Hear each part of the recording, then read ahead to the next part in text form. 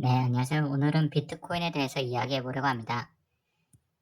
비트코인이 17년도 강풍이 불면서 2천만 원 가량 찍었다가 거래소에 대한 정부 규제가 시작되면서 급락한 이후 잠잠하다가 다시 19년도에 점점 회복해서 급기야 최근에는 정고점을 돌파했습니다. 2천만 원 고지를 넘겼죠. 다시 조정을 보이고 있는 듯 하지만 2천만 원 수준을 유지 중입니다. 많은 분들이 이야기하는 것처럼 현재의 비트코인 상승세는 과거와 좀 다른 양상을 보이고 있습니다. 그것은 금융기관들이 정식으로 비트코인에 대한 관심을 내비치기 시작했다는 점인데요. 사실 예전에도 비트코인은 사기다라고 이야기하던 금융기관들 중에서도 내부적으로는 암호화폐 전담팀을 만들거나 자체 프라이빗 블록체인을 개발하던 곳도 있었어요. 이를테면 JP모건 같은. 그런데 최근 헤지펀드에서 크립토커런시를 자기들 포트폴리오 내 정식으로 편입시키기 시작하고 비트코인에 대한 긍정적인 리포트가 나오기 시작했습니다. 다만 아직도 금융기관들 사이에서는 긍정적인 시각과 부정적인 시각이 혼재해 있습니다. 먼저 긍정적인 의견을 소개해드리면 시티그룹이 2000년도 11월에 비트코인이 3.5억 갈 거라는 전망을 내놓기도 했고 아크인베스트도 5.5억 정도 갈 수 있다고 전망을 내놓는 등 자극적인 가격 전망을 내놓고 있죠. 참고로 시티 쪽 리포트는 공개되지 않았지만 아크인베스트 리포트는 공개되어 있습니다. 비트코인 as an investment인데요. 사실 읽어볼 필요가 있는지 모르겠습니다.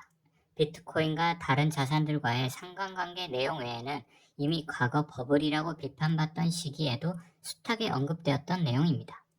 이를 볼 때 금융기관들이 비트코인에 대해 긍정적인 전망을 내놓는 것은 생각보다 시장에서 꾸준히 거래되고 있으니 이에 대한 본질보다는 시장에서 계속 거래될 것을 전제로 긍정적으로 해석하고 받아들인 것에 지나지 않는 것 같습니다.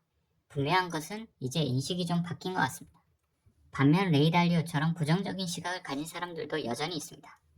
트위터 내용이 길어서 옆에 간단히 정리했는데 참고하세요. 이건 역시 비판적인 시각을 가진 사람들로부터 꾸준히 지적받았던 내용과 크게 다르지 않습니다. 어쨌든 금융기관에서 비트코인 같은 암호화폐를 편입시키기 시작했고 헤지펀드가 그 선봉에 있습니다. 헤지펀드가 먼저 받아들이기 시작한 것은 이들의 투자 전략과도 관련이 되어 있는데 이를 이해하면 왜 금융기관에서 긍정적으로 보기 시작했는지를 알 수 있습니다. 헤지펀드는 국내의 부정적인 인식과 달리 수익률이 그렇게 높진 않습니다. 위험을 최소화하는 전략을 취하기 때문인데요. 대박을 노리려면 가장 똘똘한 놈 하나에 몰빵하는 것이 수익률이 좋겠지만 예상과 다르게 흘러가면 손실이 커질 수 있습니다. 그래서 헤지펀드는 가격이 오를 것 같은 자산만 보유하는 것이 아니라 시장이 예상과 다르게 갈 경우를 대비해서 손실을 최소화할 수 있는 곳에 일부 투자를 하는데 이렇게 되면 수익률 자체가 대박 나기는 어려워도 손실을 최소화할 수 있습니다. 위험한 고수익을 노리는 것이 아니라 위험이 낮으면서도 일정 수익을 노리는 것이죠. 이렇게 되면 수익률 자체가 낮아지기 때문에 차입을 통해서 굴리는 돈을 극대화해서 수익 규모 자체를 극대화하는 것이 전략입니다. 그래서 중요한 부분이 시장의 변동성에 대해서 위험을 회피할 수단을 확보하는 것입니다. 과거의 대표적인 안전자산인 달러 채권, 금과 본인의 주력 포트폴리오와 반대로 움직이는 주식 등에 투자함으로써 위험을 줄입니다. 그런데 최근 전통적인 안전자산에 대한 선호가 줄어들었죠.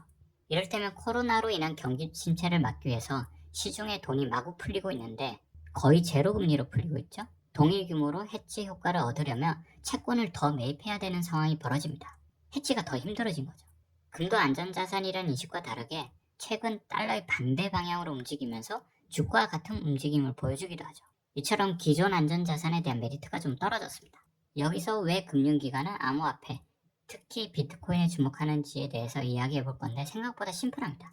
현재까지 다른 자산의 움직임과 연동되지 않고 일정 부분 독립적으로 움직이고 있으며 비트코인의 경우 암호화폐 시총의 큰 부분을 차지하고 있다 보니 나름 안정적으로 보이고 더군다나 잘 모르겠지만 가격이 오를 경우 대박이 날 수 있기 때문에 투자하는 거죠. 비트코인의 특성을 암호화폐 가격 시장 측면에서 정리하는데 가격 측면에선 기존 자산들과 낮은 상관관계를 가지고 있는 것처럼 보입니다. 이게 아크인베스트 자료인데 결국 각각의 자산들에 대해서 상관관계가 낮다는 거거든요. 이를 통해서 해지 수단으로 활용 가능하다고 보는 거죠. 그리고 해지 수단, 디지털 골드로서 이를 매입하는 금융기관이 늘어날수록 정부는 이를 인정할 수밖에 없습니다.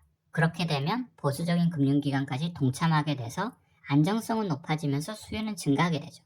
그리고 발행량이 정해져 있기 때문에 공급이 줄어들 경우 가격 상승까지 기대할 수 있습니다. 그리고 아래 내용에 보시면 페이팔 같은 대형 거래처에서도 거래 수단으로 인정했죠.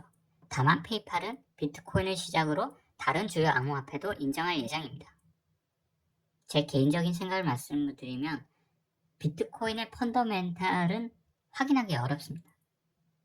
개인적으로 비트코인의 펀더멘탈에 대해서 좀 회의적이긴 한데 그래도 펀더멘탈 확인이 어렵다는 것은 특정 가격 확인이 어렵다는 거고 그래서 영구적인 가격 하락이 될 거라고 생각하기도 어렵죠. 기존 자산들과 낮은 상관관계가 있기 때문에 헤지 수단 활용 가능성이 있고 변동성이 크기 때문에 운 좋게 상승하면 돈을 먹을 수도 있고 하락하게 될 경우는 회복할 때까지 존버하는 전략을 취할 수도 있죠. 그러나 조심해야 될 게 비트코인이 절대적이지도 않고 그리고 다른 코인이 기술력이 있다고 그것도 절대적이지 않습니다. 블록체인 기술 같은 경우는 보상이 긍정적일 필요가 없습니다. 블록체인 기술 같은 경우는 탈중앙화된 보안에 기여하는 참여자에게 보상을 지급함으로써 블록체인 기술을 유지하는 거죠. 금융기관에서 먼저 관심을 가지게 된 게 탈중앙화된 보안이기 때문에 자신들이 책임을 지지 않으면서 보안을 강화할 수 있기 때문인데요. 다만 참여자에 대한 보상이 긍정적인 이유는 없습니다. 이를테면 자율주행 기술이 보편화되고 그것이 블록체인 기술로 구현됐을 때 참여자는 그 참여에 대한 보상을 다른 운전자의 정보를 받음으로써 보상을 받게 될 수도 있는 거죠. 그러니까 보상이 물질적인 필요가 없습니다. 보상은 보상일 뿐입니다. 그리고 비트코인의 시장 특성이 다른 자산과의 상관관계가 떨어진다는 것인데 결과론적인 해석이죠.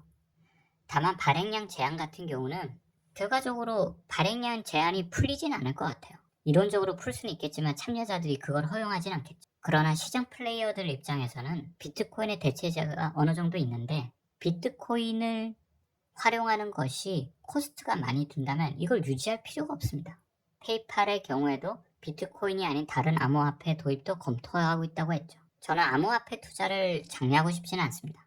다만 무조건 부정하기보다는 왜 금융기관들이 여기에 관심을 가지기 시작했는지를 이해하고 그들의 전략에서 힌트를 얻는 것은 나쁘지 않다고 봅니다. 그렇다고 그들을 맹신하지 마세요. 감사합니다.